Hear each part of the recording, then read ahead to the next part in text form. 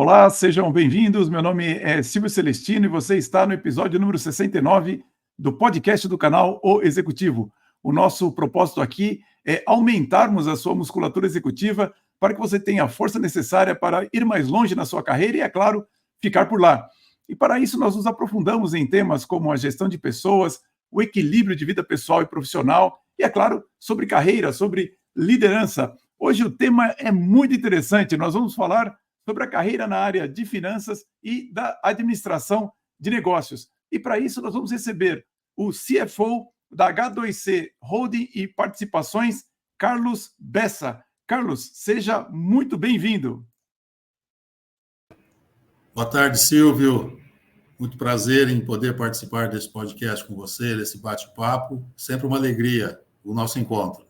Olha, Carlos, para mim é uma alegria muito grande, porque eu gosto muito de falar com você. O Carlos é uma das pessoas mais elegantes que eu já encontrei no mundo Bondade executivo. sua, Silvio.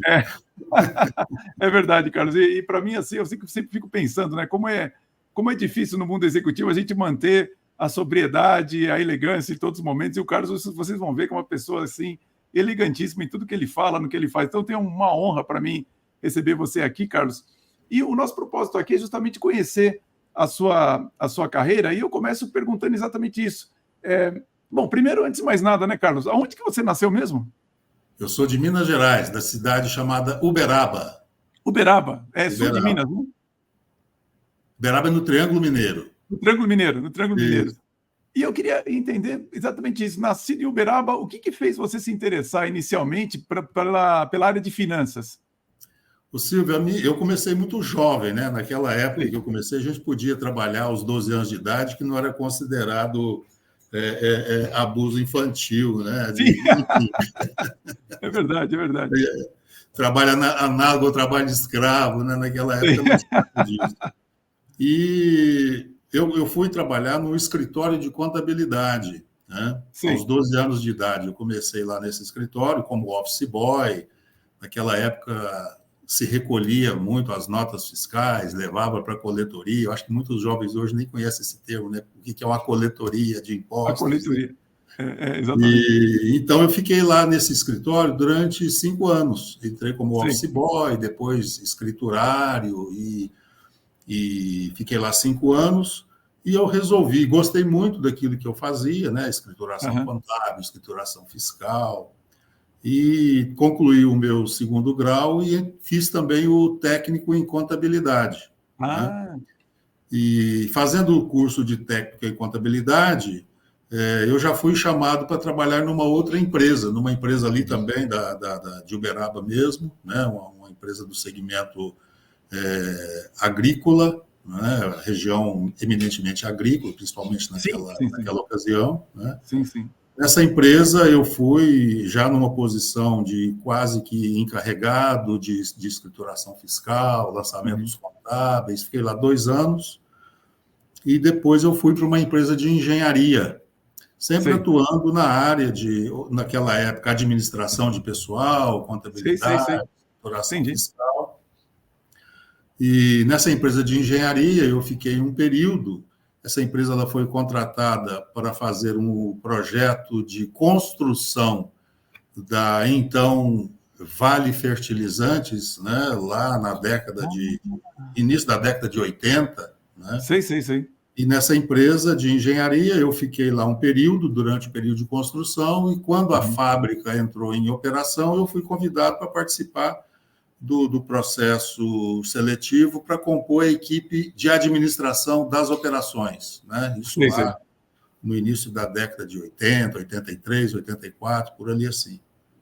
E sempre atuando na área de administração. Nessa época, a empresa, que era a Vale do Rio Grande, Fertilizantes Vale do Rio Grande, era uma empresa estatal, né? Era controlada pela União. Né? Foi um decreto governamental da época, do governo militar ainda, onde, por ser fertilizante um segmento estratégico no Brasil naquela época, praticamente totalmente dependente, né, do mercado internacional, então a Vale entrou no segmento. Ela já fazia a exploração do minério de ferro e uma jazida muito grande de fosfato ali na região de Araxá, né, Perfeito, no perfeito. município chamado Itabira. Ela fez a extração do minério e transportava através do mineroduto lá para Uberaba, na Fosfértil. Aí passou a chamar Fosfértil, né? Foi aí que passou a chamar Force Aí Fértil. passou a chamar Fosfértil. Entendi. E a Fosfértil, ela foi estatal até o ano de 1992, quando, com o governo Itamar Franco, ele Lembro. privatizou a empresa, né? Certo. Então, todo esse processo aí de ainda empresa estatal, preparar a empresa para um processo de privatização, nessa época eu já fiquei bastante envolvido no processo de preparar a empresa para o processo de privatização, contrário ao posicionamento da maioria dos meus colegas à época, que não queriam privatização, preferiam a empresa como estatal, né? Mas eu me dispus, falei, não, eu acho que esse segmento é um segmento que pode estar na mão da iniciativa privada, né? A gente tem restrição de investimento, depende de verba governamental para investir, e um mercado muito demandante, né, da matéria-prima, claro, a aplicação do fertilizante, do adubo. E eu fui assim, eu assumi essa posição inicialmente com alguns outros colegas meus que corroboravam da mesma ideia de ajudar no processo de privatização. Conseguimos a abertura de capital na Bolsa do Rio, porque a sede da controladora era no Rio, né, a antiga Petrofértil, né? A Bolsa de São Paulo, que é onde seria negociada, e a Bolsa de Minas, onde era a sede da... Nossa, ela tinha Bolsa em Minas? Não lembrava disso. Fizemos a abertura, e no dia 11 de agosto, essa data para mim é marcante, porque foi um grande desafio. No dia 11 de agosto de 1992, a empresa foi privatizada, né? Olha só. E ela foi adquirida por um pool de empresas que, à época, eram os principais clientes, né? Entendi. Maná, IAP, Solo Rico. Sim. Um grupo lá de 6, 7 empresas, que eram os principais clientes, constituíram uma holding de participações e adquiriram o controle acionário da Fosfértil à época. Uma parte do capital ficou com os empregados, né, que era uma determinação legal, inclusive, da lei de privatizações. E aí, Silvio, com a empresa privatizada, outro modelo de gestão, novos controladores, né, cabeça totalmente diferente da gestão da estatal, né? E nesse momento aí eu fui também chamado para grandes desafios, né? É mesmo. Grandes desafios. Os controladores, um ponto importante do principal executivo que assumiu à época a gestão da empresa foi de manter os principais executivos, né? Obviamente com algum ajuste necessário, claro. Na ocasião, mas eu fui um dos que permaneci e vieram vários desafios, né? A iniciativa privada muito dinâmica, né? E a empresa também passou a fazer grandes projetos de expansão, de investimentos, né? Inclusive adquirindo outras empresas que foram privatizadas do mesmo segmento, né? A primeira delas foi a Goiás Fértil também, que nós entramos com a Goiás Fértil. Na sequência foi a Ultra Fértil, né? Ultra Fértil, lembro. Então, a Fosfértil, ela foi privatizada, passou a ser uma empresa privada e controladora após o momento de aquisição das duas maiores empresas de fertilizantes que existiam à época, que era a Ultra Fértil, tradicionalíssima, inclusive, né? Muito, verdade. No estado de São Paulo, Paraná, enfim, em várias regiões do Brasil. E a coisa não parou por aí, né? Imagino. Vários desafios, centralização administrativa, revisão de processos, implantação de ERPs, tecnologias nas áreas operacionais, áreas de transporte, logística, porque adquirimos com a Ultrafert também a operação do Porto de Santos, né, o terminal marítimo da Ultrafert, que era um terminal exclusivo até hoje, hoje controlado pela VLI, né? Então, minha carreira foi assim, sabe, Silvio? Eu fiquei, desde o início da empresa privatizada até a minha saída, eu fiquei 35 anos. 35 anos? Nossa. 35 anos. mas acho que nunca mais do que 2, 3 anos na mesma posição, sempre dando de áreas e tal, né? Passei por áreas administrativas, fui executivo de RH, executivo de planejamento estratégico, de expansões das unidades industriais, planejamento e controle de projetos, enfim. Passei aí uma série de atividades dentro do mesmo CNPJ, mas não a mesma empresa. Né? Então, mas me chama a atenção, né, Carlos, quando a gente fez o seu processo de coach, agora que eu estou conseguindo costurar toda a história sua, como que ela aconteceu. Quer dizer, você construiu a empresa que você foi trabalhar depois, né? Verdade. Agora, tem uma coisa que me chama a atenção, é o seguinte, né, que como que foi para você estar numa cultura estatal e aí você ir para uma cultura, não apenas uma cultura de uma empresa privada, mas uma empresa agressiva, né? Porque vocês realmente cresceram, né? Sim. Pelo que você está me falando, nem todos te acompanharam, né? Como é que foi isso na sua cabeça? Isso foi natural? Você teve que fazer um esforço adicional para compreender? Como que isso aconteceu? Atuando na empresa, e eu era ainda um pouco imaturo naquela ocasião, né? Eu estava iniciando minha carreira, mas mesmo no início de carreira, eu já visualizava uma grande diferença no modelo de gestão estatal para um modelo de gestão privatizado. Né? Entendi. Você tem muitas amarras dentro da gestão estatal. Né? Exato. Né? A gente sabe disso. Mas isso trava muito o dinamismo do negócio, dos empreendimentos, da necessidade de investimento, de reinvestimento, de expansão, né? Tudo é muito burocrático, muito pesado.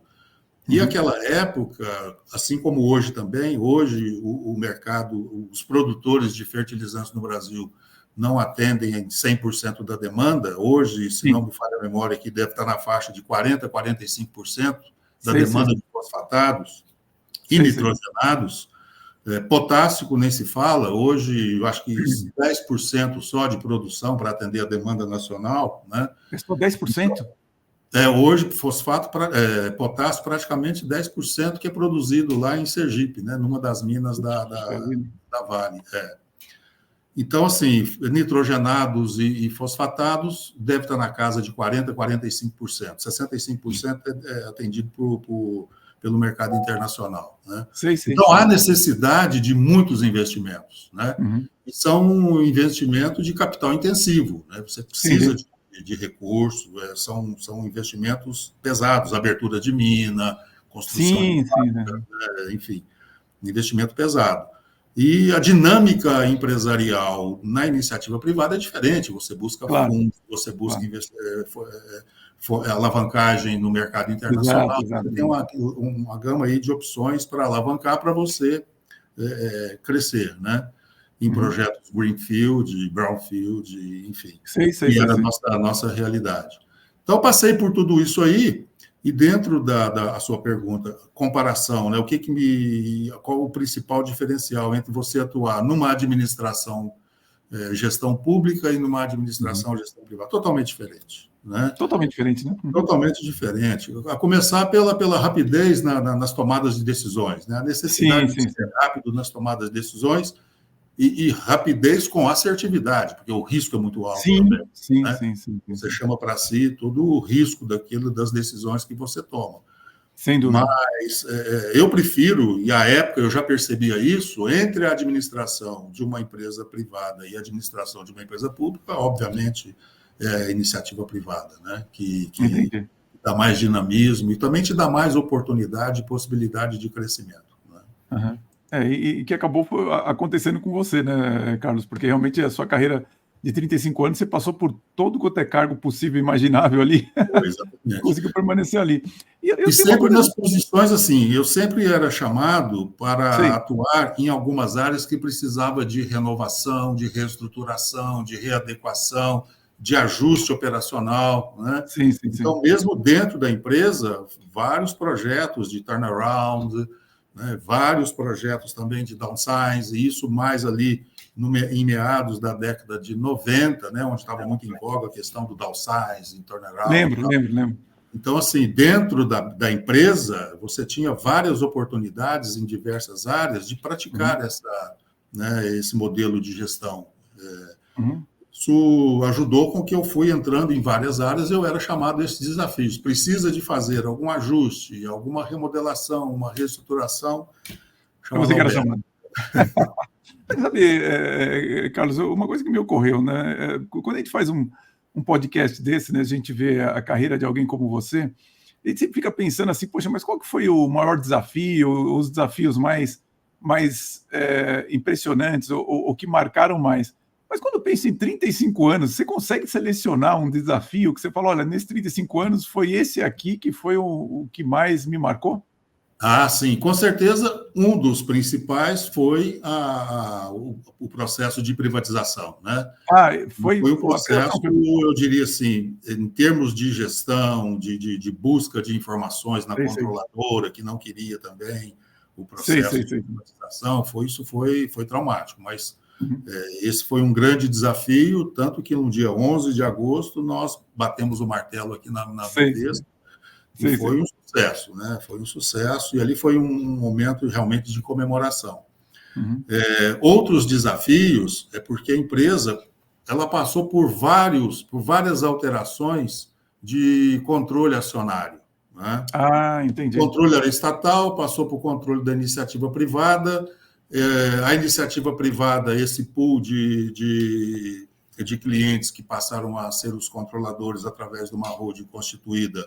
Depois, uma parte dessa holding ela foi vendida para multinacionais, né? Sei, sei, sei. E aí, com a entrada do controle de uma multinacional, já muda tudo novamente, é outro modelo de gestão, outros Entendi. desafios, novos processos de reestruturação, de Uhum. reorganização, enfim. Uhum. Então, esse foi o segundo movimento, foi quando houve uma venda de parte do controle acionário que era das empresas que tinham sido os clientes que constituíram a holding, foi Sei. adquirido por uma multinacional. Ali também foi um momento de grandes movimentações internas e de grandes Sei, mudanças. sei. Uhum. Esse foi também um momento de grande desafio. Entendi. E, por último, agora, pelo menos da minha participação mais efetiva, foi quando a Vale reassumiu, né? Porque a Vale foi a que Uhum. originou todo Pois é, pois é. o processo lá de Sim. construção, na verdade, desse segmento no Brasil, Uhum. né? E a Vale ela entrou no negócio novamente, ela adquiriu os ativos de fertilizantes e o controle acionário que a Bung Fertilizantes tinha, né, dentro do Sei, sei. negócio, e a Vale passou a ser a controladora, né? Até então a Fosfértil era uma companhia aberta, ela tinha ações negociadas em bolsa, né? Sei, sei. E aí a aquisição pela Vale, houve o fechamento do capital e a Vale passou a ser 100% a controladora, né? Aí Entendi. também já um modelo diferente de gestão, Uhum. daquele dinamismo que a gente tinha, né, quando o controlador era outro, e a Vale também, por já estar num momento... E foi na época da gestão do Roger Ainelli, né? É Ele isso que que eu ia perguntar. Você trabalhou com ele? trabalhei pouco tempo com ele, né? Pouco tempo. Não diretamente ligado a ele, mas com a Ah, sim, sim. subordinação dele, eu trabalhei pouco tempo, depois Uhum. ele saiu da organização, né?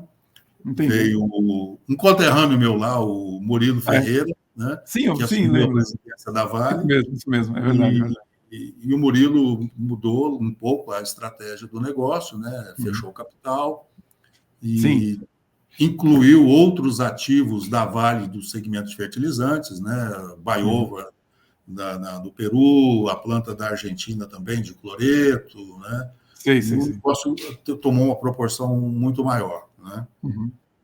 E nesse momento eu fui chamado para, dentro do segmento de fertilizantes, Vale, segmento fertilizantes, eu Sei, fui sei. chamado para constituir o Centro de Serviços Compartilhados, o Ah, SSO, sim, sim, né? sim. Porque as plantas eram diversas, né? Então tinha administrações independentes e nós construímos um centro de serviços compartilhados, congregando todas as atividades transacionais dentro de um único hub, e esse hub Sei, ficou sei. em Cubatão, né? Ah, em Cubatão, aqui em São Paulo. Toda a administração era na sede da empresa em Cubatão. Sei. E esse foi o meu último desafio lá dentro, né, de constituir o CSC, o SSC, umas 300 pessoas, mais ou menos, com atividades gerais, né, contabilidade, fiscal, suprimentos, tributário, enfim, todas as atividades transacionais dessas áreas. E aí foi o meu último desafio. Estruturei o CSC, isso final de 2013, estava em operação, e aí eu saí do negócio, né? Aí eu falei, puxa, agora eu tenho que me dedicar um pouco mais na minha carreira, mas uma carreira mais solo, né?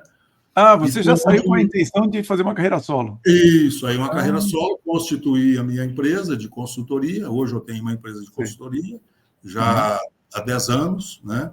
Sei. E dentro da minha empresa de consultoria, eu atuei em outros segmentos também. Eu atuei no segmento de agronegócios, Sim. Fiz um trabalho também no segmento de celulose, e hoje estou no segmento da construção civil. Na construção, entendi. Então, assim, a consultoria tem uma vantagem que ela te dá a oportunidade de você atuar em diversos segmentos ao mesmo tempo, né? Então, exato. Mas sempre na veia de finanças, né, controladoria, planejamento estratégico, sempre atuando nessas áreas. Bom, Carlos, é assim, eu quero falar agora sobre essa sua veia empreendedora, mas antes eu gostaria que você me dissesse o seguinte, o que você trouxe, né, de toda essa larga experiência no grupo, na Force Fertil, depois Vale e tudo mais, o que acompanha você até hoje? Porque é uma experiência muito longa, imagina assim, que o seu próprio, vamos dizer assim, caráter profissional deve ter ficado uma impressão muito forte de todos esses anos, né? Qual é o principal legado desses anos todos que você vê que acompanha você até hoje? Olha, Silvio, eu sempre pautei pela lisura, né? Pela lisura, sim. E um ponto importante também, ninguém faz nada sozinho, né? Sim, verdade. Quando eu falei de carreira solo, na verdade é uma carreira solo, mas sempre acompanhado de excelentes profissionais comigo. Claro. E não foi diferente nessa trajetória minha ainda, por onde eu passei. Sempre muito bem acompanhado de pessoas maravilhosas, né? Pessoas que me ajudaram a alcançar os objetivos, né? Eu sempre liderei pessoas muito leais, muito fiéis, muito comprometidas, né? Isso faz a gente chegar, às vezes, aonde a gente pretende chegar, né? Claro, é isso mesmo. Sem valorizar as pessoas, sem dar oportunidade também para as pessoas, dificilmente a gente consegue alcançar o êxito naquilo que a gente pretende fazer. Então, eu acho que o legado é esse, né? O legado é de reconhecer o desempenho das pessoas, valorizar as pessoas e atrair essas pessoas para estar mais próximo de você, com base em exemplos, né, Silvio? Eu acho que sem dúvida. O exemplo, ele fala mais alto, né? É verdade. Não, sem dúvida, eu fico pensando, né, você estava numa empresa que era um mamute, assim, né, você tinha que fazer as pessoas trabalharem com você, senão não teria condições de atingir os resultados que, com certeza, você atingiu para poder ficar 35 anos na mesma organização. Carlos, queria te fazer um pedido só. Você consegue ir um pouquinho mais para a direita, que agora que eu vi que você está um pouquinho desenquadrado. Pronto, isso. Aqui. Isso, exatamente. Acho que vai ficar melhor. Deixa eu ver aqui quando eu te enquadro. Isso, agora ficou melhor. Eu não tinha percebido que você estava um pouquinho desenquadrado aqui. Mas eu queria perguntar para você, assim, essa mudança, né, Carlos? Muitos executivos, inclusive, têm vontade de fazer essa mudança. Quer dizer, olha, eu sou executivo, mas eu quero empreender. Como é que foi essa passagem para você? Você é um executivo, resolveu empreender. O que você me conta dessa passagem? Quais são os desafios? O que é um mindset que precisa mudar? O meu projeto, na verdade, quando eu saí da Vale, né, era de passar pelo menos um ano sabático, né? Eu não comuniquei ao mercado, nada. Eu saí, falei, deixa eu descansar um pouco, quero tirar um ano sabático, né, me ressignificar, né? Sem dúvida. Necessário fazer uma revisão de toda a minha trajetória e tal. Depois eu quero transferir um pouco daquele conhecimento que eu recebi, que eu ganhei, eu quero também passar isso, né? Claro. Isso, o meu propósito era de ficar pelo menos um ano. Mas na terceira semana eu já comecei a receber chamados, né? Puxa, saiu e tal, como é que você está? E vem para cá, e me ajuda. Enfim, eu consegui segurar pelo menos umas 4 semanas, né? E foi onde eu iniciei. Bate meio curto, né? Muito curto. Iniciei mas também eu não ia conseguir ficar um ano também, né? Acho que imagino. O meu planejamento de um ano, acho que não ia ser. Não ia rolar. E dada a dinâmica, né, da vida toda, aquele sim, turbilhão executivo, né, que a gente vive e tal, 4 semanas para mim foram suficientes. Sim. E eu recebi um convite para voltar para Minas Gerais, ajudar na estruturação de um grupo vinculado ao agronegócio, né, na verdade agroindustrial. E lá no grupo também foi com essa chamada para fazer um processo de reestruturação, né? Reestruturação societária, uma empresa familiar, um grupo familiar, iniciar o processo de reorganização societária, né? E fizemos isso, constituímos uma holding, né? Definimos os segmentos de negócios, com processos também de governança corporativa, definindo papéis e responsabilidades dos principais executivos, implantando os ERPs, enfim, esse foi um desafio de 3 anos, né? Então, assim, empreender, na verdade, com a minha empresa de consultoria, ela está no mercado, obviamente, né? Mas eu não precisei sair vendendo, né? Eu fui comprado, de certa forma. É o sonho de todo empreendedor, né? Ser procurado. Não gastou nada com marketing, né, Carlos? Eu não gastei nada. Aliás, porque eu sou péssimo de marketing também, não ia me sair muito bem. Né? O marketing é para os fracos, né, Carlos? Então, assim, foram 3 anos, um pouco mais de 3 anos lá. Aí eu decidi voltar para São Paulo, passei por um projeto numa grande empresa de celulose, fiz um trabalho lá, e aí veio a pandemia, né? Sim. Essa é a dor do empreendedor, né? Porque verdade. Você não empreende, se você não realiza, você não tem como emitir a nota fiscal no final do mês. Exatamente. Então foi um período difícil, né? E aí vai um pouco na pergunta que você fez, né? A diferença entre você estar ao abrigo de um CNPJ, né? Sim. E você ser o CNPJ. Exato. Então a pessoa tem que ter preparo emocional, inclusive, né? Para passar por momentos, porque isso não é linear, né? A consultoria, graças a Deus, eu tenho tido recentemente receitas lineares e tudo. Mas isso não é a regra totalmente. Né? É verdade. Passa por ciclos, né? Crise mercadológica, o nosso segmento é um segmento muito competitivo, né? Sim, sem dúvida. Vários profissionais que se dedicam eu vou sair do mundo corporativo e vou empreender através da minha consultoria. Muitas pessoas fazem isso. Sem dúvida. Quando chega no mercado, realmente coisa diferente, né?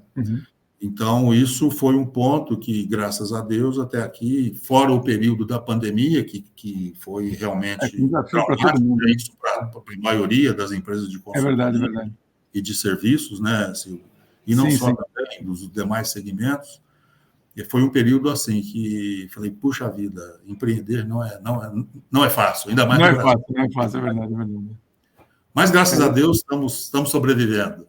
Estamos sobrevivendo. Eu, quando olho assim, esse ano eu fiz 30 anos na minha empresa, né? E realmente, às vezes, você olha e fala, nossa, mas para quem já teve que passar pelo plano cruzado, pelo plano, como é que fala, plano real, crise do ano 2000, crise de 2008, pandemia e tudo mais. Bug do milênio, lembra disso? Bug do milênio, lembra? Não, foi brincadeira, queda das torres gêmeas. Né? Queda das torres. São muitas e muitas histórias aí em 30 anos. Eu falo, caramba, é difícil imaginar, né? Como é que a gente está... Estamos ainda aqui de pé, né? Não é brincadeira, não. Acho que a maioria das pessoas...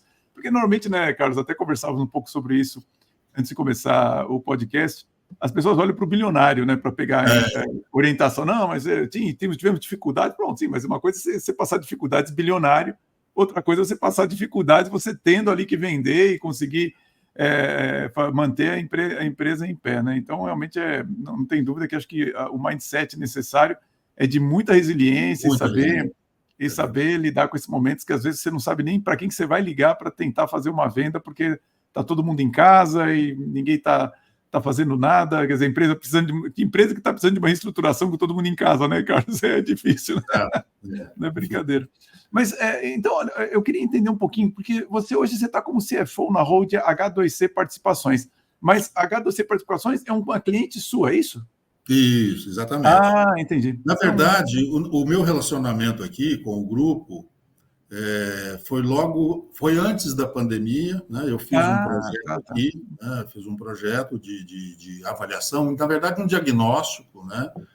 E esse diagnóstico eu fiz o trabalho, tal, e quando foi logo após aquele período crítico da pandemia ali, né? Foi 2020, mais no final, eu fui chamado, né, pelo principal executivo, que na verdade é o dono, fundador, né? Sim.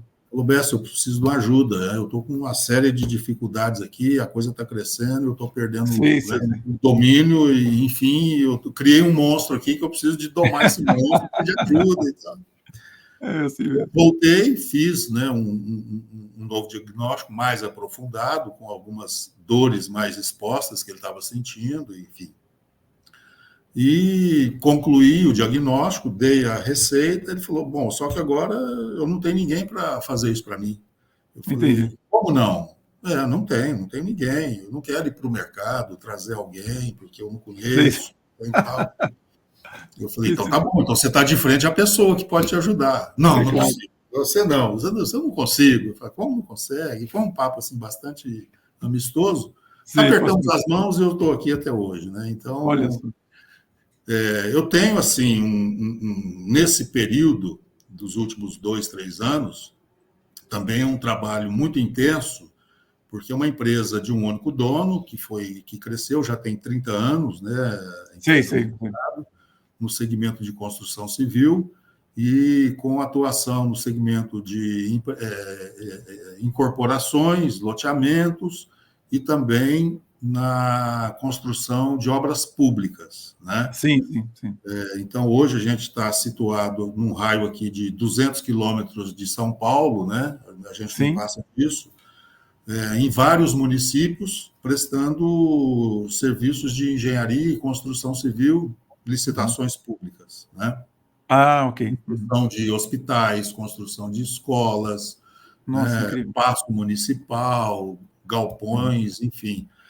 Tem o segmento da iniciativa privada, que a gente atua também, além de incorporação, loteamento, construção de galpões logísticos, né? Tem uma gama aí de serviços.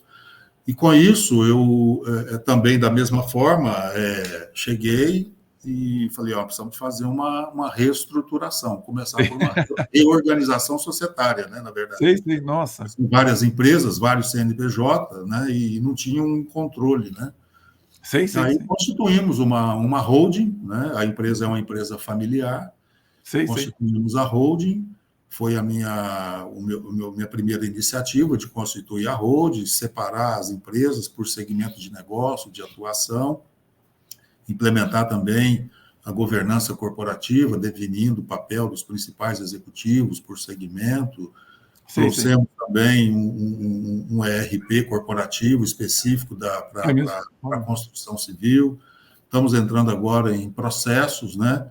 Implementando uma área de compliance, integridade, né? Nós nos relacionamos muito com o ente público, então é fundamental que tenhamos aqui, né, todas as regras de compliance, integridade. Estamos implementando também o código de conduta ética, canal de denúncia, organizações, enfim.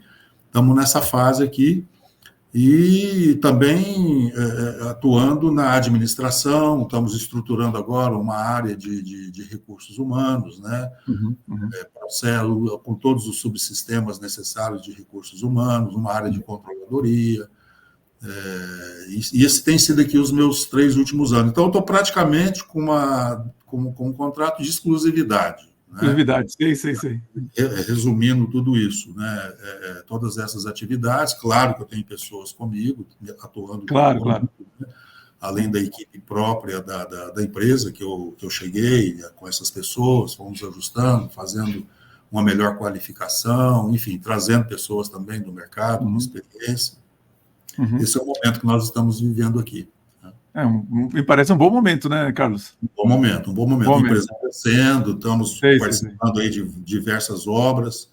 Que tem bacana. Agora, né, a gente até dezembro de 2002 estávamos ao abrigo da Lei 8666, que é a Lei de Licitações. Lei de Licitações, exato. A lei mudou, esse ano é a Lei 14133, com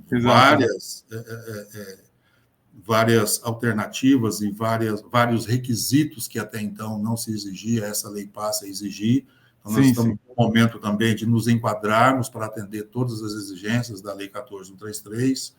Praticamente leilão eletrônico, não tem mais as propostas presenciais. Não tem mais, né? Eletrônico, enfim.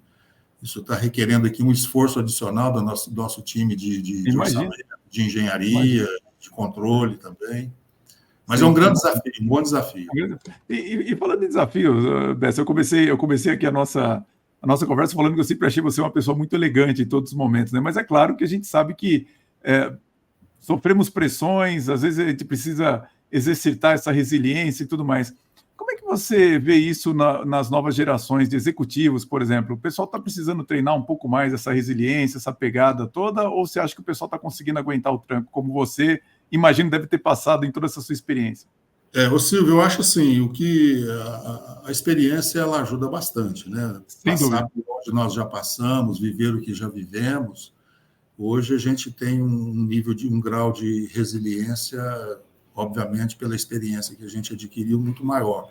Mas claro, essa nova geração, a geração Y, a geração Z, essa geração que está chegando agora, não esquenta a cadeira, né? É verdade. São outros propósitos, outros objetivos. O advento aí do home office também. Hoje, para você atrair pessoas para trabalhar 100% presencial, você já tem uma dificuldade, né? É verdade. O home office hoje, ele para alguns segmentos, eu acho que tudo bem, dá para a gente adaptar, mas no nosso caso aqui, a construção civil depende da engenharia em campo, tem que estar presencial. Tem que ter presente, entendi. E também, assim, eu tive uma experiência há uns 3, 4 meses atrás, eu contratei uma pessoa, pessoa de nível, posição de liderança, né? Fiz o processo todo, headhunter, a pessoa chegou e tal, ficou comigo uma semana, né? Uma semana? Uma semana, chegou na segunda, na sexta, passou na minha sala, falou, Bessa, obrigado, foi muito bom estar aqui essa semana, eu estou indo. Eu falei, tá bom, até segunda. Ele falou, não, eu estou indo embora. Você está brincando, velho? Fiquei pasmo, eu falei, o que aconteceu, né? Fiquei perguntando o que aconteceu. Então, assim, hoje as pessoas sentam e levantam com uma facilidade grande. Nossa, né? Antigamente, para você mudar de emprego, para você sair de uma determinada área, mesmo dentro da organização, para passar para outra área, tinha todo um processo e tal. Hoje não, as pessoas não têm esse apego. Né? É verdade. Eu diria até mais do que apego, esse compromisso. Puxa, assumi um compromisso, agora eu estou indo embora na primeira semana. Então, e não foi um caso só, não. Nesses últimos 2 anos aí, uns 4, 5 casos, assim, a pessoa chega, não é aqui não, e tchau. Enfim, e tchau. Depois de todo um processo de avaliação, de entrevista, de tudo comparações isso. E tal. Comparações, né? Mas a vida hoje. E eu vou aproveitar, então, para fazer um convite a quem está nos assistindo. Depois que a gente gravar aqui o podcast, a gente vai gravar a Conversa Controversa, onde vamos nos aprofundar em temas que são um pouco mais polêmicos, que a gente não gosta de conversar aqui na plataforma aberta, mas para você que quer assinar o nosso canal, vai ter um link aqui embaixo, e a gente vai se aprofundar em temas como esse, quer dizer, como é que está essas novas gerações com relação a alguns temas empresariais e de resiliência e de persistência também, mas talvez vamos falar um pouquinho sobre moralidade nos negócios, assim, temas muito mais interessantes assim para a gente se aprofundar sem ser na plataforma aberta. Então fica aqui o meu convite para você que está nos assistindo a se inscrever no link e ter uma conversa controversa aqui com o Carlos Bessa. E Carlos, eu queria entender um pouco em toda essa sua experiência, se você tem algum líder de referência, eu queria saber se você poderia dizer para nós como é que você pensa a liderança. Você falou agora um exemplo interessante, né? Quer dizer, poxa, você vai lá, seleciona a pessoa e a pessoa vai embora, né? Depois de pouco tempo ali na cadeira. Quando você pensa na liderança de pessoas, você vem algum líder na sua cabeça? Você tem um líder de referência ou não? Olha, Silvio, eu, assim, tenho vários, né? A gente Sim, sempre claro, procura claro. se espelhar em vários, e citar o nome aqui especificamente, eu poderia cometer injustiça que eu não quero cometer. Claro. Mas, assim, eu sou um cristão, né? Sei, E eu sou um leitor da Bíblia e sei, dos sei. ensinamentos que Jesus Cristo deixou na Bíblia para nós, Uhum, né? uhum. Obviamente, com todos os defeitos e falhas e tudo isso, mas eu procuro sempre lembrar daquilo que ele falou e tentar Sem praticar, dúvida. né? Sem dúvida, sem dúvida. Não é fácil, né? No mundo, Ainda mais no meio empresarial, né? no mundo corporativo, no mundo É, empresarial, sem mas dúvida. assim, o meu estilo de liderança é um estilo bastante participativo, né? Eu me Uhum. espelho também em pessoas que já foram líderes e são líderes também. Mas, assim, eu tenho a minha fé interior, eu acho que me move também a poder ser um líder que as pessoas podem confiar e se espelhar, né? Obviamente, Entendi. com muitos defeitos e falhas ainda que eu preciso É. melhorar e trabalhar nisso, né? Sim, sim, né, acho que todos nós, né? E é interessante você falar isso, porque às vezes, às vezes as pessoas ficam um pouco constrangidas, né, Carlos, de falar, não, não, olha, me baseio em Jesus Cristo mesmo para a liderança. E ultimamente tem acontecido em processo de coaching das pessoas me perguntarem sobre liderança e eu explicar para elas, olha, a liderança, a raiz dela, entre as raízes principais, está justamente na religião. Então, se você imaginar como que a religião católica, por exemplo, chegou até os dias atuais, é porque começou lá com Jesus Cristo e ele foi passando, né, de apóstolos em apóstolo ali, fizeram os bispos, até chegar a religião, depois de 2000 anos, está aí, forte e tal. Então, a formação de novos líderes é a raiz de você ser um bom líder. Por isso que você tem que estar sempre preocupado com isso. E se você usa alguém como Jesus Cristo como referência, você tem ali um modelo que pode ser aplicado estruturalmente, mesmo que seja num modelo dentro de uma empresa, fazendo negócios, né? E realmente, assim, Sem dúvida, sem dúvida. quando eu faço workshops de liderança, Carlos, sabe que eu faço essa pergunta, né, para os participantes, qual é o seu líder de referência? E nem poderia ser diferente, Jesus Cristo é o que aparece com maior frequência, praticamente em todos os projetos, todos os workshops, ele é mencionado. Então pode ficar Que tranquilo, bom, você está com todo mundo. que bom. E qual você diria que é a principal dificuldade de você liderar pessoas atualmente? Silvio, eu acho que a maior dificuldade é essa questão de hoje as coisas são muito efêmeras, né? É verdade. É verdade. Inclusive, as posições que as pessoas ocupam hoje, né? Sim, Você tem que ter um grau de assertividade no preenchimento dessas posições. Agora, é muito difícil também você entrar e tentar identificar dentro da pessoa aquilo que ela pode ser e trazer para você né, sim, sim. de retorno e tudo mais. Então, assim, eu acho que a maior dificuldade que eu tenho encontrado é de que as pessoas hoje, elas não estão assim, elas estão preocupadas com o hoje, sabe? O aqui e o Ah, agora, entendi, né? entendi. É verdade, é verdade. Você fala de um plano de carreira, de sucessão, de uma Sim, atualização profissional, ainda tem pessoas que entendem que isso é papel da empresa proporcionar isso, né? impressionante, é verdade, é verdade. Mas, assim, eu acho que a empresa ela pode e deve até contribuir, mas desde que haja um propósito inicial da pessoa, uma iniciativa na busca do Aham, conhecimento, do é verdade. desenvolvimento, do aperfeiçoamento. Então, a principal dificuldade que eu vejo hoje é de você ter pessoas com essa predisposição e com essas iniciativas. A pessoa Sim, vem, sim, tenta, faz bem feito, obviamente, entrega, sim. mas é aquilo, né? Não tem o algo mais, aquilo Algo mais. que precisa de que alguém, para despontar, para crescer, Sim. para sobressair, ela tem que entregar algo mais, né? É claro, é E claro, esse algo claro. mais hoje ele está mais difícil de você observar nas Entendi, pessoas. entendi. Carlos, até reforçando o que você falou a respeito das pessoas imaginarem que a carreira é algo que a empresa que tem que fornecer, E eu fui chamado para fazer uma palestra online, inclusive, sobre carreira, justamente numa empresa onde os profissionais estavam reclamando que a empresa não dava um plano de carreira e tudo mais. E para mim a mais absoluta surpresa, Carlos, não era profissionais apenas do Brasil. Eu falei com profissionais do Brasil, da América Latina, na Europa e na Ásia. E todos eles, você vê, com a mesma expectativa, porque a gente olha para isso e pensa que é uma característica do profissional brasileiro, pelo menos na minha cabeça eu achava isso. Não, as empresas têm esse problema globalizado. Mesmo profissionais em outros países, países asiáticos, tinha pessoas de Taiwan, da Turquia, também eles queriam ouvir, e a preocupação deles era que eles colocavam na mão da empresa a carreira que eles deveriam desenvolver, e que justamente o trabalho foi feito no sentido de despertá-los para a ideia de que eles têm que se apropriar da carreira e eles têm que fazer a carreira deles acontecer. Então é muito interessante, porque em alguns casos você vê que o profissional tinha o interesse de fazer a carreira, por exemplo, no país de origem, e surgia oportunidades em outro país e ele não queria ir. Ou então ele queria fazer uma carreira internacional, mas quando a pessoa pensa em carreira internacional, onde que ela quer ir? Eu quero ir para Nova York, Londres e tal. E de repente aparecia oportunidade no Brasil, na Colômbia, alguma coisa assim, a pessoa, não, aí já não quero mais. Então, assim, é interessante porque é um problema que é global, não é apenas nos profissionais brasileiros.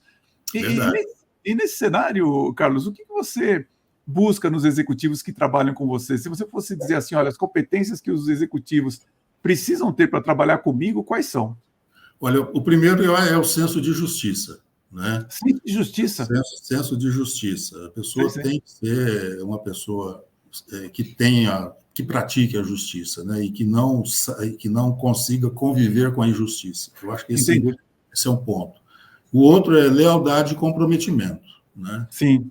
E nessa hierarquia aí seriam esses 3 pontos que eu busco nas pessoas quando eu entrevisto, quando eu estou buscando um profissional para uma posição de liderança.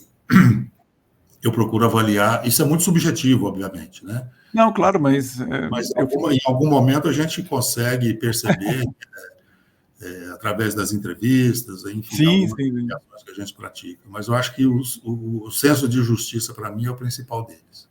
Olha, Carlos, mas isso que você está falando é tão profundo que enquanto você falava, eu falei assim, acho que o Carlos está bem sozinho ultimamente, viu? Não, mas ainda tem pessoas que... Não, claro, é brincadeira, mas assim, eu fico pensando quantas vezes eu ouvi um profissional em meio a um processo de coach ou mentoria falar assim, não, eu me preocupo com o senso de justiça e equilíbrio, lealdade e tal. Hoje em dia realmente está raro, viu, Carlos? E você está coberto de razão, porque eu acho que são dois propósitos, 2 princípios, melhor dizendo, fundamentais para você ser um executivo que tenha longevidade nas empresas e realmente consiga construir algo consistente como é a sua carreira, né, Carlos? É verdade. Exatamente. E assim, é interessante, né, Carlos? Você tem uma carreira tão longa e eu fico pensando assim, quando você está num momento como esse da sua vida, quando você olha para frente, como que você vê quais são os seus objetivos? Você já está naquele momento que algumas pessoas dizem assim, não, quero deixar um legado, ou você ainda tem muita coisa para fazer? Como é que você vê a sua carreira nos próximos anos? Ô, Silvio, eu tenho um filho de 6 anos. Então ainda tem 20 anos pela frente. Hein? Pelo menos mais uns 20. É verdade. Olha só. Então, assim, eu pretendo continuar fazendo o que eu estou fazendo, né? Obviamente, sempre buscando aprimoramento, buscando novas competências, ressignificando em muita coisa, sendo disruptivo em outras, né? Eu acho que assim, eu não tenho pretensão de, em algum momento... Claro, vai chegar esse momento em que eu vou precisar de parar e rever tudo, mas eu acho que eu preciso ficar um bom tempo ainda, acho que pelo menos mais 20 anos. Assim. Nativa. É isso mesmo. Carlos, um tema que tem surgido muito aqui para nós, e que agora que eu lembrei de perguntar para você, é sobre a tecnologia, principalmente porque hoje se fala muito em inteligência artificial e como que isso pode ser utilizado, inclusive, de forma estratégica pelas empresas. Eu mesmo tenho estudado bastante isso e como utilizar para fazer os meus trabalhos. Claro, o meu trabalho é um trabalho bastante intelectual, então a geração de estruturas, de frames, de conhecimento me ajuda bastante. Mas você tem visto alguma coisa de inteligência artificial ou como que a tecnologia pode ser utilizada, por exemplo, em uma reestruturação empresarial ou então em algum aspecto estratégico da organização. Você tem visto isso ou não? Isso ainda não tem aparecido muito? Isso ainda está muito, muito recente, né? Obviamente, a gente tem tido acesso a algumas ferramentas aqui que dá para fazer a aplicação da inteligência artificial. A gente está tateando um pouco nisso, né? Mas, assim, é algo que veio para ficar e muito mais rápido do que a gente está imaginando, né? É verdade, é verdade. Então, nós temos alguns subsistemas aqui que nós estamos já buscando mais informações para aplicar a ferramenta, né, e a inteligência artificial em alguns modelos aqui de controle de processos, né? Temos aqui um módulo de treinamento onde a gente está buscando fazer todo o conteúdo aplicável para o nosso pessoal de obra, pessoal operacional, pessoal de base, aquilo que a gente não consegue estar falando aqui por vídeo e tal, a gente já gerar isso aí num modelo que é onde a pessoa estiver com o celular na mão, ela consegue acessar todo o conteúdo necessário para ela desempenhar as funções dela, né? A gente tem atuado também no nosso segmento aqui em buscar novos métodos construtivos, né? E aí tem também o ingrediente de inteligência artificial. Inclusive, hoje tem 2 executivos nossos participando de um treinamento aí em São Paulo sobre inteligência artificial para o segmento da construção civil, né? Ah, que interessante. Então, é um tema que está, sim, em cima da mesa, a gente está discutindo isso, está avaliando, está trabalhando e buscando inovações, né? Entendi. Nosso segmento é uma construção civil onde se aplica inteligência artificial em construção civil. Se aplica muita coisa. Não, sem dúvida, sem dúvida. Acho que realmente é um setor que pode se beneficiar muito, porque, principalmente estruturação de dados, enfim, tem uma série de questões que são muito positivas, realmente, de utilizar de engenharia, cálculos estruturais, tudo isso aí se aplica, né? Se aplica bastante.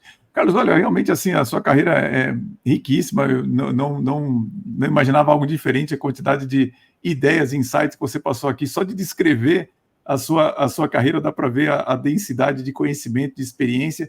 E eu queria que você deixasse uma mensagem para alguém que quisesse seguir uma carreira semelhante à sua. Qual que é a mensagem para essa pessoa que está procurando agora entrar, por exemplo, numa área como de finanças, reestruturação de negócios, administração? Você tem uma carreira tão vasta. Que dica que você daria para alguém que está começando agora e queria ter uma carreira semelhante à sua? Olha, Silvio, eu penso assim, a minha experiência, o que eu fiz para poder alcançar um pouco daquilo onde eu cheguei a estar até hoje, é buscar o autodesenvolvimento. O autodesenvolvimento, sim. O autodesenvolvimento, o aperfeiçoamento, fazer curso, a graduação, a pós-graduação, se possível, um mestrado profissional, estar ligado, né, com todos os acontecimentos que se passam em torno daquilo que a pessoa pretende atuar, independe do segmento de atuação, né? Agora, isso também precisa... Eu deixei em muitos períodos da minha vida, eu abri mão de lazer, abri mão de estar mais com a minha família, né? É verdade. Buscando aperfeiçoamento, buscando estudar, conhecer outros métodos de gestão. Então, o que eu poderia deixar como sugestão? Que a pessoa busque, não espere alguém te oferecer algo para você poder se qualificar, mas vá atrás, se aperfeiçoe. Tem lugar no mercado para quem está atualizado, para quem está buscando o aperfeiçoamento e o autodesenvolvimento. O mercado reconhece, né? O mercado reconhece quem tem essa dedicação, esse desprendimento para poder, às vezes, abrir mão de alguma coisa, de lazer, por exemplo, e buscar o autoconhecimento. Isso o mercado vai reconhecer, né? Isso é para a vida toda, né, Carlos? É impressionante como o mundo hoje ele é tão complexo, ele tem uma evolução tão constante, que se você para de estudar em algum momento, para de aprender, você fica para trás. Você precisa estar sempre atualizado, né? Então, é fundamental mesmo. E com a inovação tecnológica hoje, com a facilidade que a gente tem de acesso à informação, isso fica mais fácil, né? Fica mais fácil. Saber selecionar o conteúdo, obviamente, né? Claro. E quando nós nos conhecemos, Carlos, uma curiosidade, como é que você chegou à conclusão que você tinha que fazer coach? Eu não lembro mais, assim, quando a gente... Já faz uns 5 anos para mais, né? Não, faz muito mais. Fazem 7 anos. 7 anos, foi exatamente, né? No período em que eu estava fazendo a transição de executivo de uma empresa para empreender, né, na consultoria. É verdade. Exatamente naquele momento ali. É verdade.